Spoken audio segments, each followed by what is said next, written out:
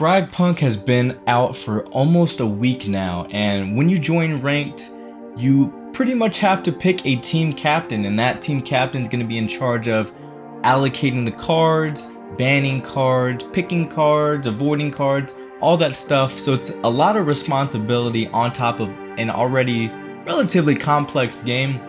So normally people choose not to be the captain, and anytime one person says, hey, I want to be the captain, everybody jumps on board. I think we all pretty much been there. And I think a lot of us avoid being captain because we don't really know what cards to pick, what cards to avoid. So in this video, it's pretty much going to be that. I want to be able to help y'all out to understand the game a little bit better and have a little bit of confidence in actually being captain and helping your team out to that capacity. So I'm going to be showing you exactly what cards to pick, what cards to avoid, and what cards to ban, because those last two are different. So let's get right into the video. Alright, so here is going to be all the cards in the game. So far, I do have every single card unlocked. There's 104 cards in the entire game. There's a ton, ranging from really high cost, high shard cost cards to, relatively low ones at the end level, where that's basically, you can just put one shard in, or in amounts of shards, right? So an infinite amount of shards based on the amount of shards that you currently have for that match. Now, a lot of the times when you are banning cards, it is a little bit less situational than picking them, but there could be circumstances in which, it is a little bit situational, but generally you would want to ban the cards that can have the most dramatic impact in the game, favoring the other team, but also even favoring you, because you don't want to be at any type of disadvantage and risk them potentially not banning a card, right?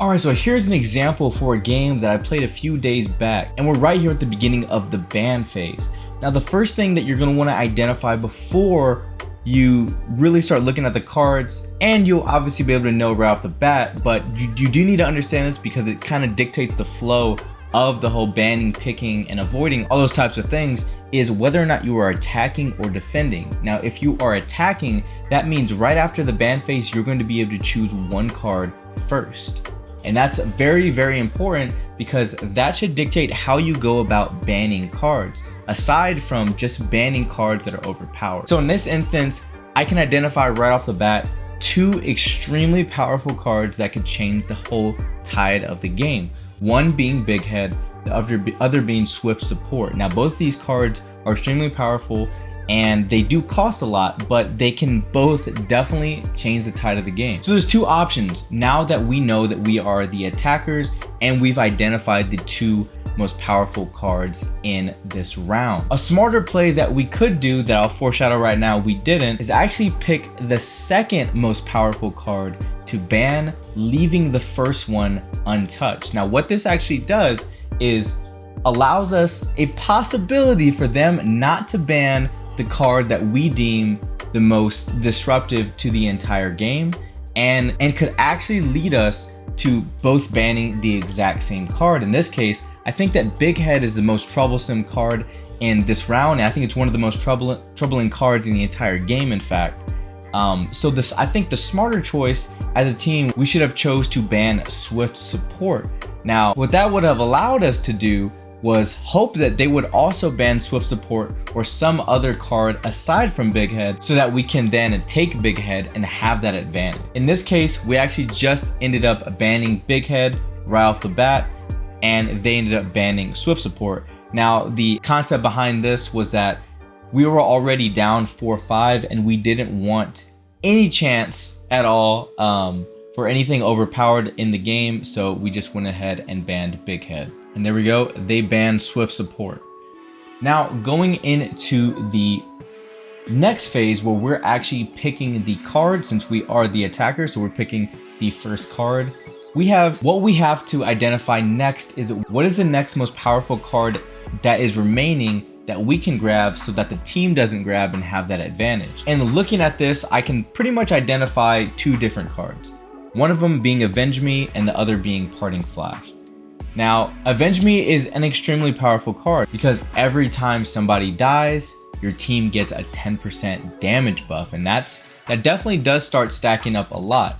Parting Flash is also extremely powerful because whenever you kill somebody, they pretty much turn into a human flashbang and you cannot see for some time. I mean, I think it's like 5 seconds. It's pretty terrible. These are both pretty powerful cards in their own regard. And for this specific instance, we went ahead and chose Parting Flash. Now you have to keep in mind the enemy team is able to pick 2 cards. So they actually went for one of the two strong cards. They went ahead and got Avenge Me and Electroconduction. Electroconduction actually isn't as strong as you might think, but Avenge Me is a strong card. So we're kind of in a interesting situation where we pretty much have to just go all in, pick what we can, and limit the amount of cards that they're able to get at this point. Now, Misty B-Sight doesn't really have that much of an advantage for us. We want something that gives us either more firepower or more information to be able to look off of in the game. So we go for Scanner Interference and we go for full firepower. So then we all will run LMGs for that round. So then looking at the final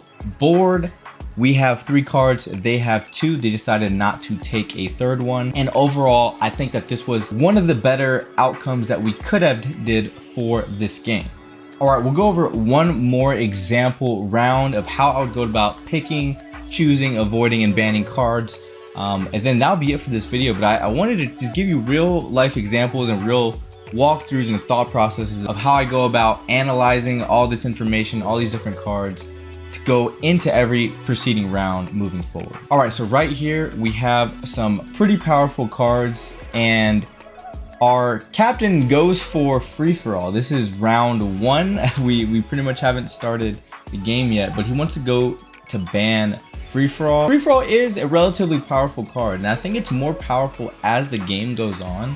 I think in this instance, Vampire Bullets or Close Havoc are much more dangerous cards. I mean, even Security Check is pretty dangerous right off the gate than free-for-all is. But again, I wasn't captain in this scenario, so I couldn't dictate, what card or convey what card with my team. And unfortunately, the captain that we had wasn't really talking to us at all. So they went ahead and chose free fall. In this instance, I think I would have went for probably Security Check. I think Security Check is pretty powerful and gives the most information. Information in games like this is absolutely vital. If you can figure out and know where enemies are going to be at any time, that gives you immediately the advantage to be able to get the jump on them and kill them before they even really knew what happened. Now, another thing to keep in mind is that we are on defense here. So the other example, we were on attack. Here we're defending. So what we are banning, it needs to be the most powerful card out of the 8, because we know that they're going to be able to pick the most powerful card first. Now, I skipped ahead a little bit, but the enemy did something that, for lack of better words, was quite stupid. And they actually banned Extra Converter as they were the attackers. Now, what Extra Converter does, it gives you multiple other bombs, essentially, to be able to attack with, right? So if you put...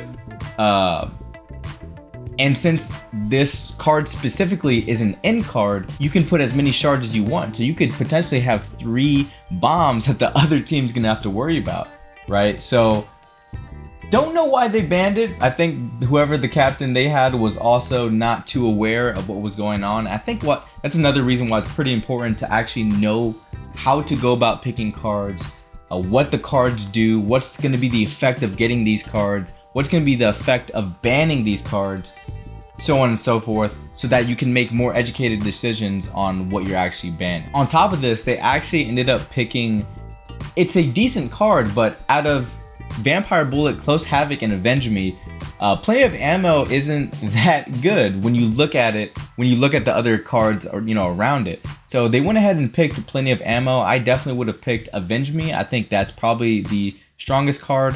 And or Security Check, because Security Check is right there. So in this specifically, what I would pick would be Security Check, because again, remember, we're able to pick 2 separate cards.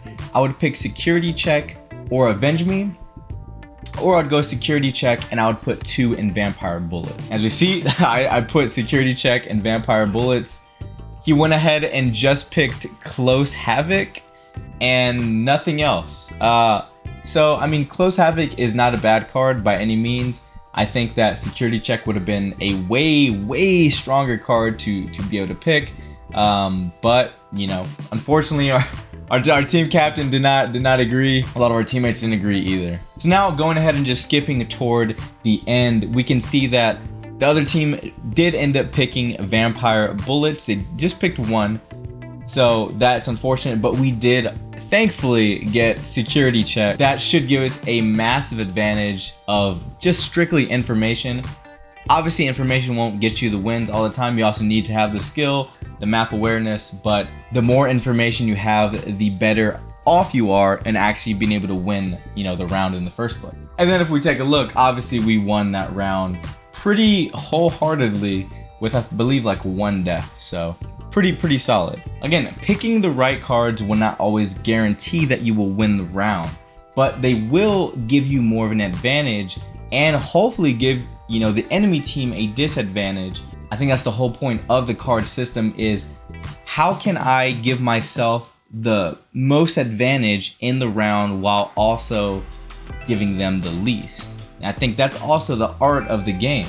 It's ranked has a lot more mind games, I guess, when going about picking cards and, you know, banning cards, avoiding what cards. There are some cards that aren't very good that you should avoid in general, but usually those are read pretty simply.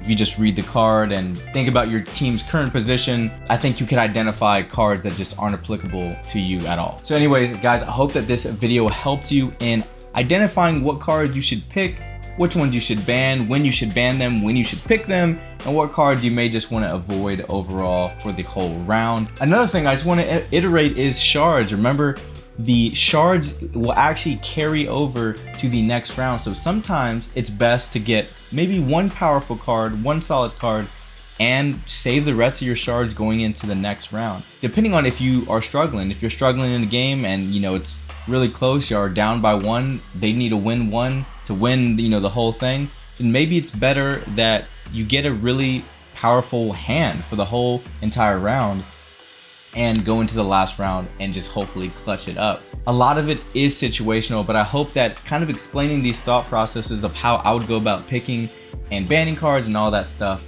will help you in doing the same in your games. And hopefully you won't want to shy away from being captain. And the people that do end up wanting to be captain, I hope you are better informed and well armed to actually pick the right cards and communicate with your team. I think that's the most important thing. If you are going to be captain, at least have your mic on, man. At least make some sort of effort to be able to tell your team, hey, I'm gonna pick this card for this reason.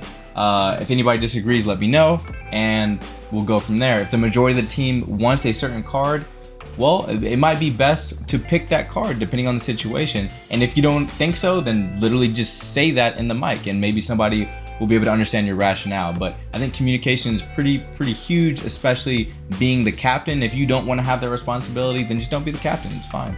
Give your input here and there, but ultimately let the captain, you know, decide. You won't get the best captains all the time. I definitely have gotten some stinkers, but you know, it is what it is. You can do what you can. You can apply to be captain. So if, you know, the rest of your team realizes that your current captain sucks, then apply to be captain. All you need is 3 votes from your team, and then you will replace the current captain with yourself and move on from there. But anyways, guys, I hope you enjoyed this video. If you did, leave a like down below, sub for more videos like this, sub for other videos, sub for other games. Do a lot of different content on this channel, so I do appreciate y'all's support for sure. And like always, I hope you have a beautiful day or night, whatever time you're watching this video, and I'll see you next time.